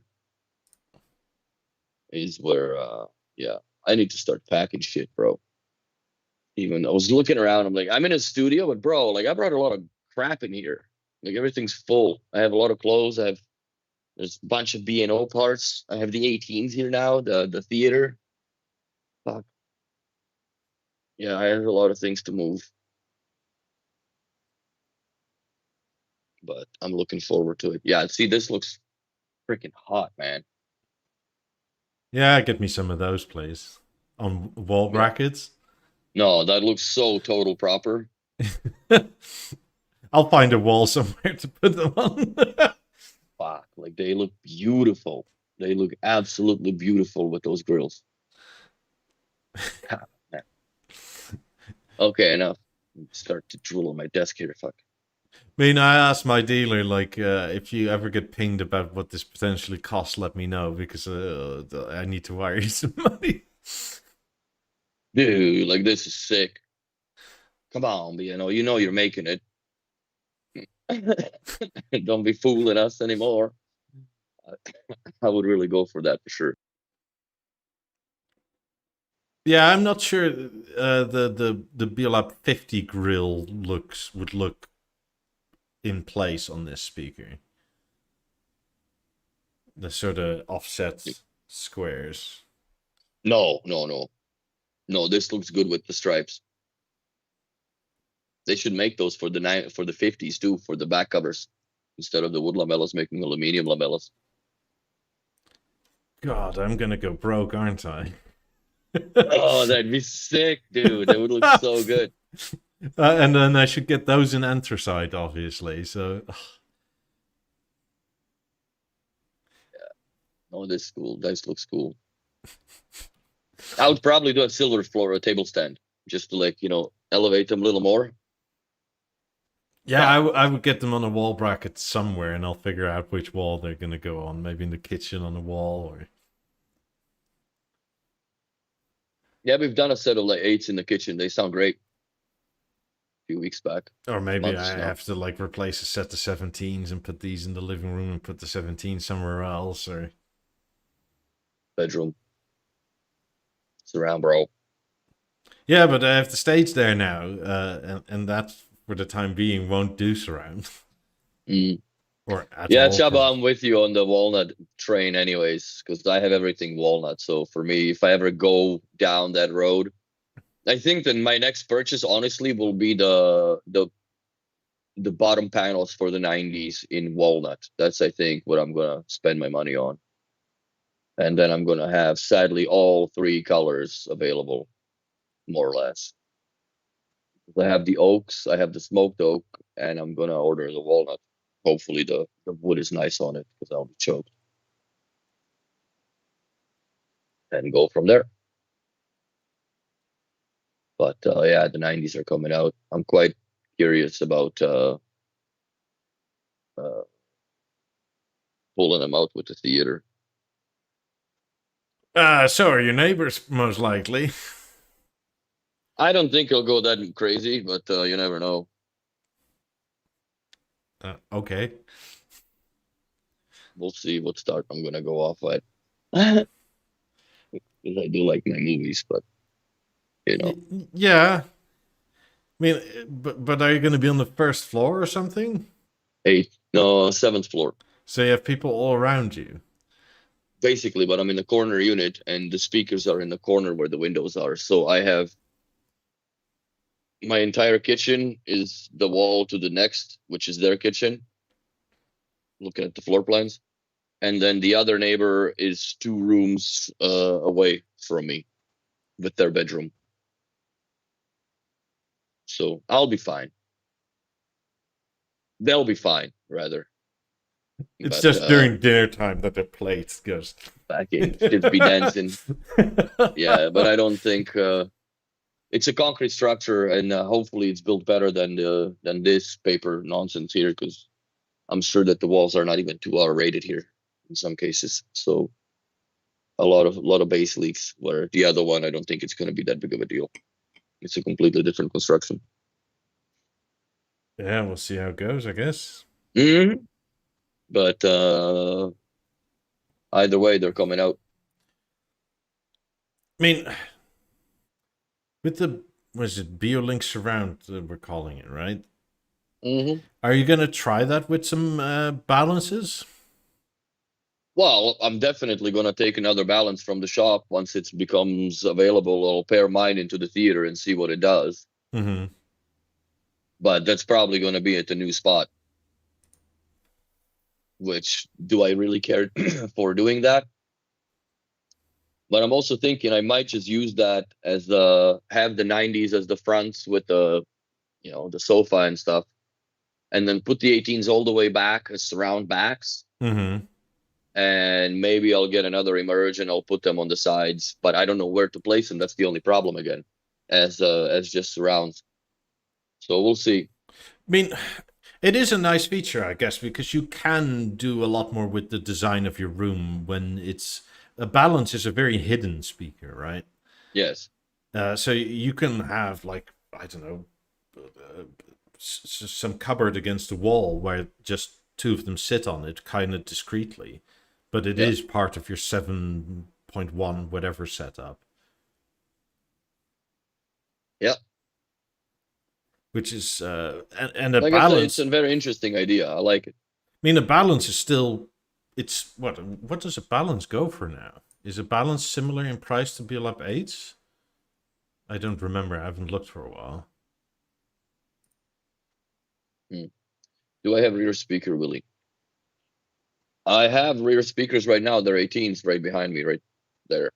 And these are going to remain as rear channels because the fronts are going to be, well, there's nothing to replace them with because there's nothing in front other than the theater. But I'm pulling my 90s out of the boxes in my new apartment. So it's going to be, the only difference is now I have a theater instead of the BeoVision Avant or Eclipse back in the day. It's going to be the theater driving the same system I had before with the 90s in the front and 18s in the back. And we'll see. Maybe I'll do no, there's no stairs, bro. There is absolutely no stairs. I made sure that there is no stairs going in. I probably just have to roll them either through a parkade or figure it out. But it's gonna be smooth move for sure because I'm not fucking around. The stairs are not. That's not even an option. They're too heavy. And yeah. So they're essentially the same price, more or less. $35.49 and $32.99. Yeah. Though the balance does have more power. I'm not sure if it's better power necessarily. I think it's more muddier bass because it's got a lot more of it. Yeah, it's two 5.25-inch drivers opposed with each 200 watt amp, if I'm not mistaken. Yeah. So then you'll get into like what's better. Probably anything Beolab is designed for it, but I do kind of like that. Like somehow this is much more a speaker than whatever this look is. Well, but this would present also, if possible, very interesting use cases, right? Yeah. Because it's got side firing drivers as well, where you could utilize it on the Mozart, I guess.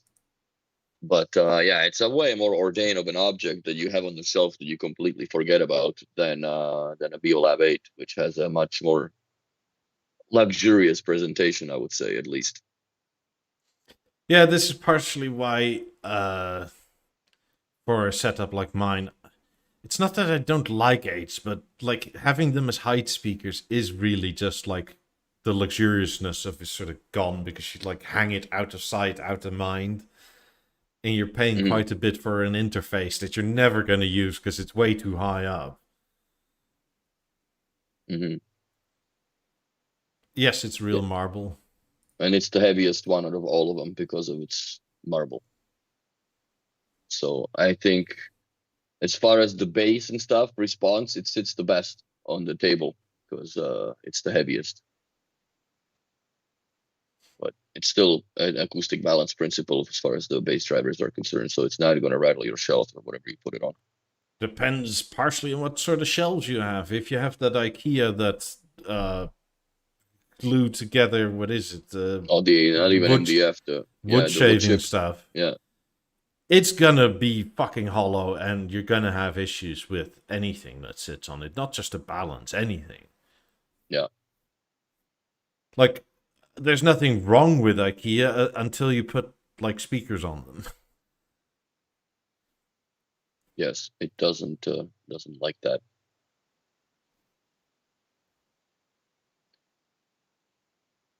So I was just switching the Mozart control panel on the top of the 8s with a hook would make the 8s flush with the ceiling. What? I'm not sure if the autocorrect took over your phone or something, but that makes no sense to me, bro. Or are you talking about like you take the top off and then you just zip it to the ceiling and it's like that's... Oh, God. But it's funny that Harry says like the balance is so good looking because in the beginning, right, everybody was sort of like, this is an IKEA speaker or something.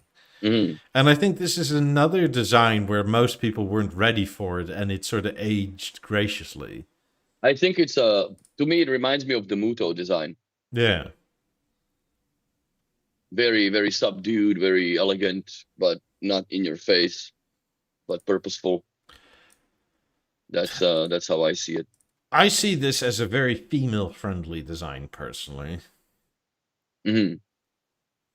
It's Tämä which on is not a asia. bad thing necessarily, right? But I think most B&O customers are males, though there is more females coming into the space, I gather. Mm-hmm. But it is a very soft-looking design.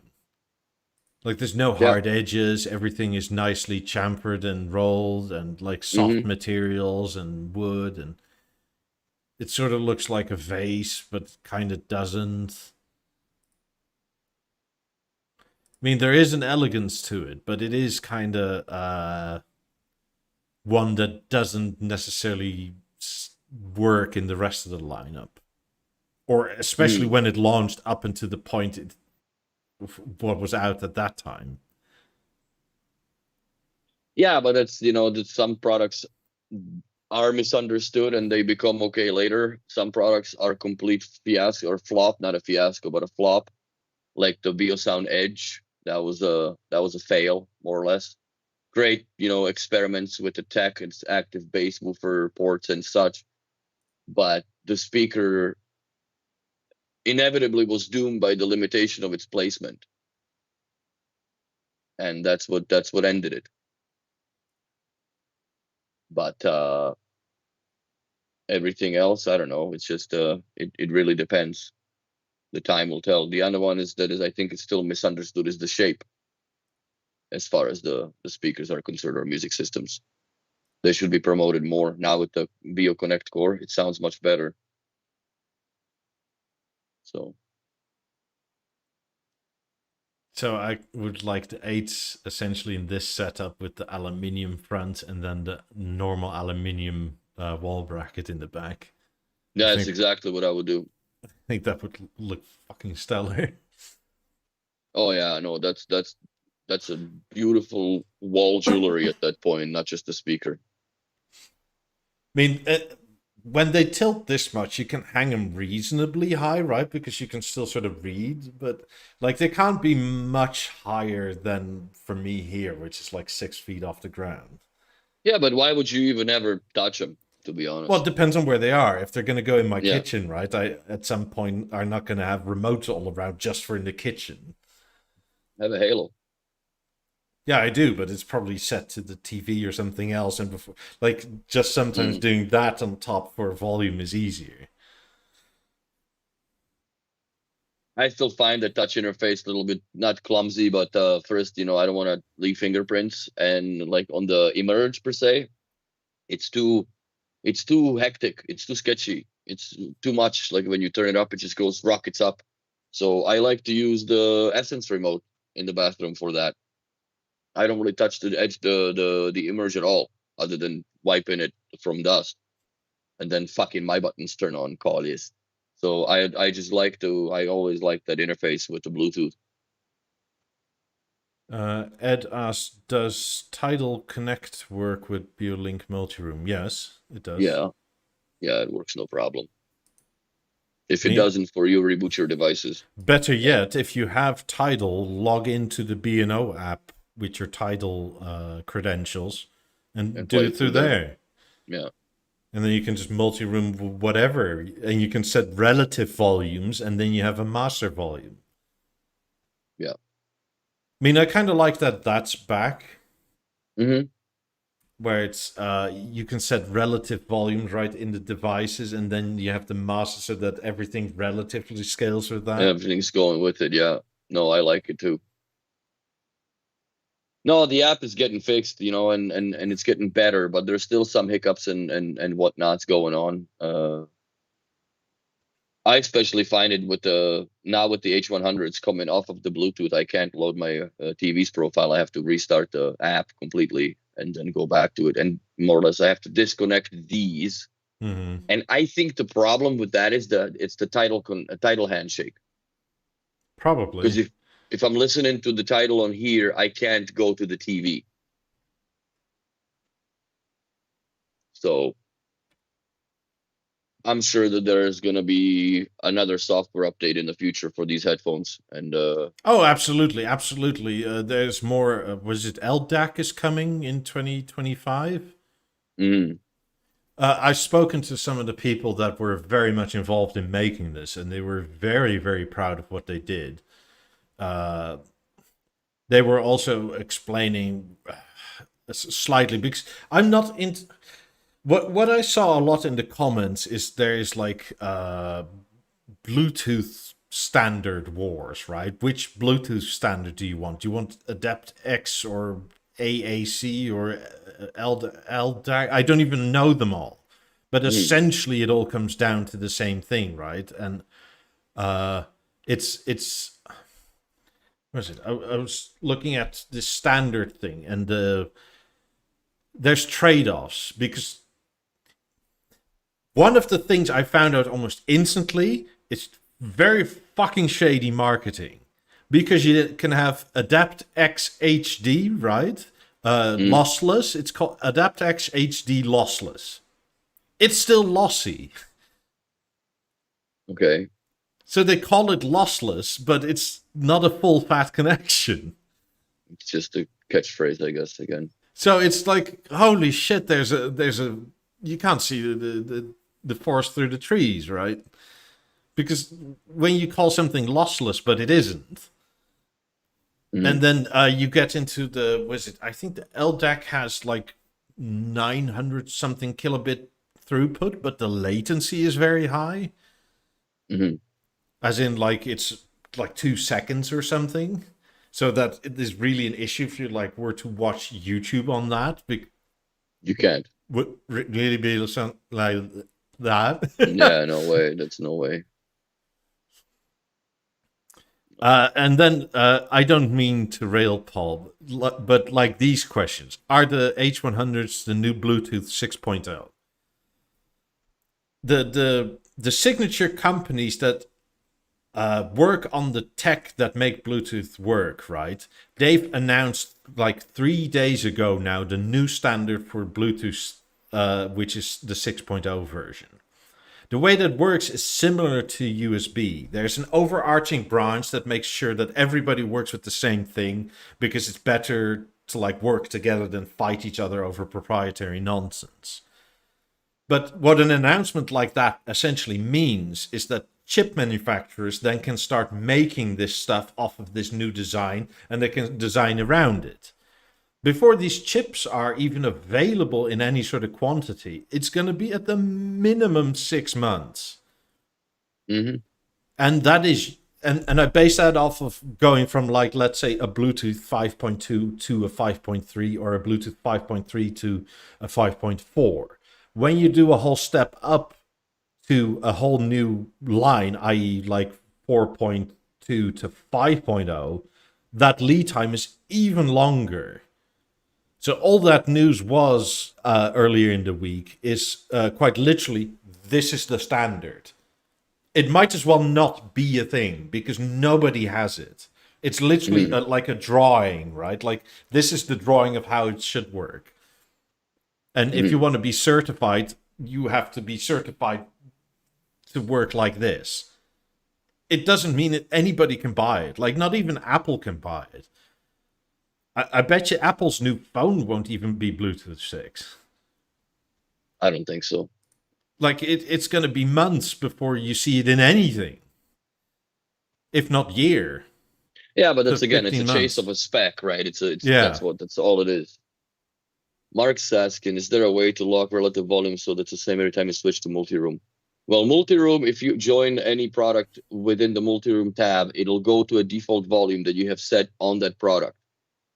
And then you can do the volume up and down. So if you wanted to start it at quiet, then go to the, let's say you have an Emerge in your office and theater in the living room, and you want the Emerge to start at volume 30, then you go to the Emerge and you set the volume default in the settings to 30, and it'll always start at that point. So that's how we can have the multi-room start in relation to other products volume by default. So If But they're upgradable green credentials, surely they'll be providing a Bluetooth 6.0 module when it's available. I wouldn't say surely. Should they? Probably. But that's only if the benefits are big enough, right? that's exactly what my words were gonna be. They probably will get it when maybe when there's a Bluetooth 8.0 module in 3 or 4 years down the road, where it actually makes feasible sense to update Because the chip. I was one of the things I was looking at from Bluetooth, what is it, 5.2 to 5.4. One of the big things was quicker connection between the two things, which went from like 2 seconds to like a second, which is sort of like okay. Less power draw, but when it's plugged into a wall, it's sort of like okay. And then the other thing is your connection was something like 100 foot or 50 foot further. Mm-hmm. And it's sort of like, are you really going to use like H100s with your source and go? Because at this point, it was like from 200 feet away to 250 foot away, right? That's like, I'm going to my neighbors with my headphones on, but I'm leaving the source in my house. Like, that's really far away. Yeah, and what's the point of that anyways? Yeah, so I like, guess I'm not saying it's not an improvement, but like, is that a reason to upgrade? Like, I'm sure one of the biggest features of Bluetooth 6.0 will be slightly higher throughput, potentially, but it may not still be LDAC levels. And it's probably more power efficiency and longer connection stability. And maybe easier switching between several different products. Okay, is that really? Because you have to. The thing is, with like products that are already made, right? Like, you have to relicense everything, and if you bring it from Europe to the US, let's say, you have to go through the FCC again to test it all. Yeah. And those tests aren't exactly cheap because you have to pay for all that shit. No deal, Harry. No deal on the 90s so far. But he's willing to make you pancakes for them. There you go. It's a cheap deal for you. Maybe you should make him like a deal where, like, if you can put like an alternator on one of these sports bikes and power them by pedaling. Well, you know my email, so you can email me your offer, bro. Go from there. Money talks and bullshit walks. That's, I guess. 500,000 zloty. Oh God! Fucking 2 wheelbarrows of money. Zloty is good money now, anyways. Yeah. It's back in the yesteryears of communism. I remember you go in there, you're a millionaire, fudge. But they cut the zeros down. Good for them. But yeah. But yeah, the Bluetooth thing, I'm not an expert on it, and I didn't know there was such this standard war. But it seems to be one of these spec wars where nobody actually seems to enjoy what they're listening to anymore. It's like, I have these cables, and then there's other people going, but my cables are this, right? It's the same thing with speakers that we complain about.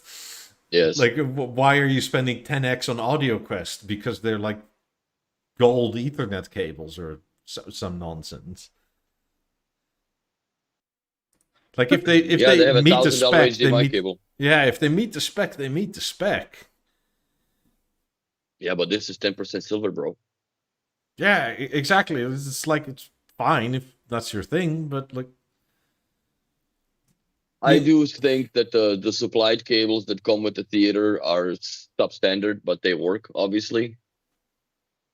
But I'm going to replace mine with something that actually is once I move, because I'm not taking my panel off again till I have to, because it's a pain. Yeah. To me, this whole Bluetooth thing is almost similarly to LG panels, right? Yes, it gets better, but the difference is so bloody marginal. Like, the difference is quite large if you go from, let's say, a CX or a C1 to a G4, let's say. Oh, yeah, that's a tremendous difference. But other than, like, There is a big difference with The MLA between layer makes the G2 and biggest G4. difference. But if you go from C1 to C3, the difference is not that big. Because there's no, Yeah, like, huge physical difference. I mean, the newer panels are quicker. They are slight, but we're talking percentages, like yeah. single digit percentages in most cases, right? And I'm not saying they're not there or that, but it's so hard to justify them when like you won't really notice it unless they're next to each other. Hmm. I mean, with the H100s, with these anyway, like if you want them to absolutely shine, wire them. Then you can forget about the codec nonsense. Hmm. Just have that sweet 24-bit 96 kilohertz music pump through your head. Yeah, Like Bluetooth is not able to do that much data anyway. no, A cable still beats everything. it does. Coffee Corner says to get the Audio Quest Carbon Bully. I thought about it, but you know what? $300 for 1 meter of a wire, it's I think too much. Is that big of a difference between the connection in the theater and the TV? For the HDMI? Yeah, No.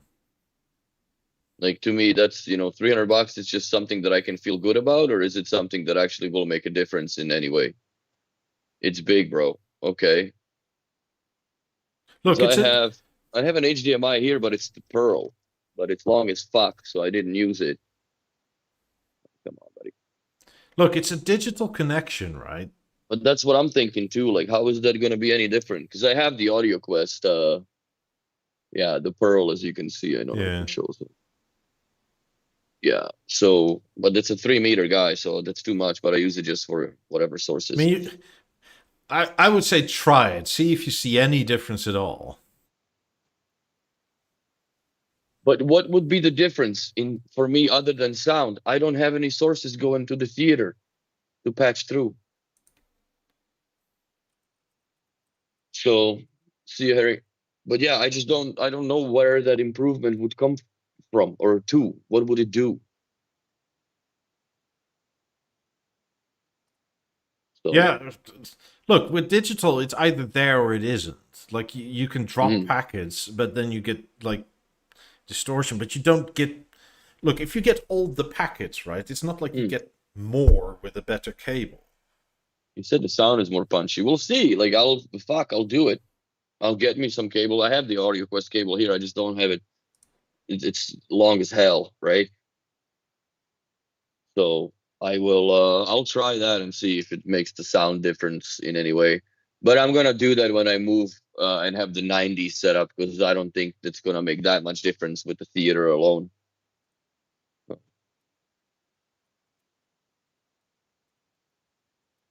Matthias asks, best way to connect Beolab 1819 Beolab 3 to Samsung TV 4.1 surround. That's gonna be an Armando box or the Yeah. theater. That way you'll also have a center channel. Yeah. Yeah, and if I don't know if you're planning to buy the Samsung TV or it's existing. If it's a plan to buy one, and you want to go down B&O's way, bro, I would strongly consider switching to an LG platform just because of the app and the whole interface, and it's much smoother. And either save up for the Almondo box as it is, or get a theater. And if you're gonna, like I said, if you're trying to buy the TV, get the LG and then get the theater later, or get the theater or get the Almondo box with the Samsung. I've seen it. I've done the installations before. It works, but I've had an Almondo where we had to take it out and replace it by BeoConnect core and hardwire the speakers because it would just completely forget the fucking 18s almost every day as soon as it powers off. And I don't know if that's the 18's problem or is it the Almondo box problem, because I have the same weird anomaly happen in our shop with the Harmony and the 18's connected to it. Hmm. they every now and then lose the connection. Basically, they just start flashing green, like they're in a pairing mode. As soon as you fire up the harmony, they're back. It can be interference. Could be that. Also, it's the same pair that I took here with the theater, and I just reset them and put them back to the harmony, and they disconnected. So it could be something like that simple. Yeah, but I used to have that when my router wasn't set to a set channel. Because every so often, like, it would see interference from other neighbors and stuff, right? And it would do a channel sweep. And even if the TV was off, it would pass through the WiSA channels. And then the speakers would go like, hey, we saw something. Should we be looking? I mean, Matthias, you can adjust the levels. You actually, with Almando Box, the nice thing is that they do have, I guess, the acoustic presets for all the B&O speakers. So whatever power link you use as output to wire or WiSA, you tell what speakers they are to the Almando Box, and then you can do all this the levels, the volume levels, the distances, everything. You can set it up just like a regular receiver. You just need to do it through the app. That's it. And it works very well. I would very, very much advise going wired. Yes. Because there's so many less issues with wires. They just work, bro. Yeah. So, these guys put that in your pipe and smoke it. These guys at this point should pay us as well. So, yeah, if it's definitely wired, well, I'm sure it's wired by just the default prefix of your Beolap 3s, which there is no Wi-Fi in them, obviously. Yeah. But yeah, just go take a look at the Almando's website and everything's there, man. It's the perfect solution for you. And it actually has one feature that doesn't really exist with B&O, where you can have the TV turned on and then listen to a line level from something else.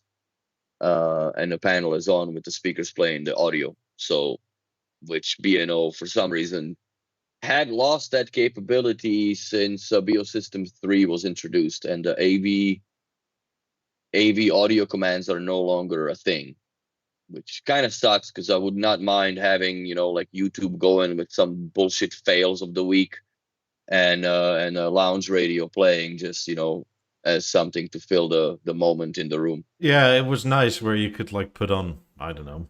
My dad used to do this all the time, right? Like he would watch golf, but have like a CD play. Yeah, or, you have a fireplace channel and put Christmas carols over top of it from your 9000. Yeah. A lot of people used to do that, but, that's no longer a thing. Now you got a good old BO4. Like yeah. TV, AV, DVD, CD, whatever. It still should be possible, in my opinion, because it's not that big of a deal to do it. Like, it just needs to turn off the ARC, more or less. I guess not even turn off the ARC, it just needs to select a different source to play. Fuck, it's not that big of a deal. But for some reason, it doesn't do that. And also, there's still a lag in between multi-room products and video products. It could also be that the LG panel, when it sees that ARC disappear, desperately wants to play out of its own speakers. Yeah, but the ARC can be there. It's just the theater is gonna, play B&O radio instead. I don't think that would be that big of a, that's that much to ask. And just ignores the ARC signal coming in from the TV. Yeah, maybe. But maybe that's a talk for another BeoTalk. It seems like my stage is doing that when the remote is fucking up. Yeah. Because I can turn on LG channels, right? And then something on the music side, but TV, it's just dead. Anyway, I'm going to call it. Thank you, everybody. Please leave a like and subscribe if you haven't yet already. It helps us out a lot. I hope you have a good week. And if you have any questions, leave them in the comments. I'll be around. Yeah. I've been around more than often than normal this week. So, bye. Bye.